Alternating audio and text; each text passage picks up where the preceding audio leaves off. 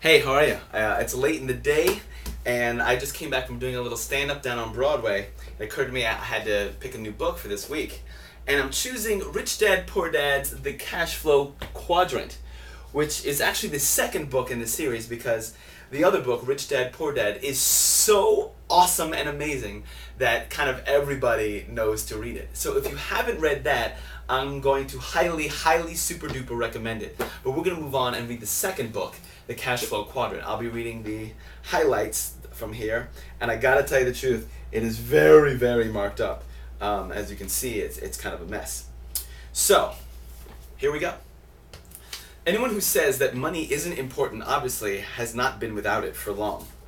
The important words are generate income from. It is not so much what we do, but more about how we generate income. It's foolish to spend your life working for money and pretend that money was not important. You only have so many hours in a day and you can only work so hard, so why work hard for money?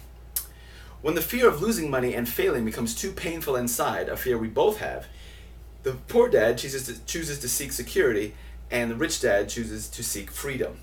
Changing quadrants is often a change at the core of who we are, how you think, and how you look at the world. So here are the three quadrants. E stands for employee, S stands for self-employed, B for business owner, and I for investor. If you want to be a leader of people, then you need to be a master of words. The idea of security, for some people, is more often more important than money. When it comes to money, that's from the E quadrant. With the S quadrant, the self-employed, when it comes to money, they have fiercely independent souls. Those are people who work for themselves, kind of in a small business way.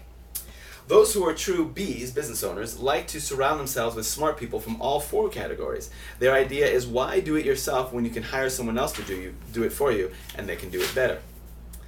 To be successful as a B, it requires A, ownership or control of systems, and B, the ability to lead people.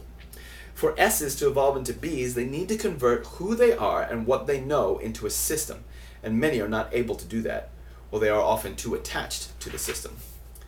The reality is there are unlimited new ideas, billions of people with services or products to offer, millions of products, and only a few people who know how to build excellent business systems. You have to learn to build a business with OPT, other people's time, and OPM, other people's money.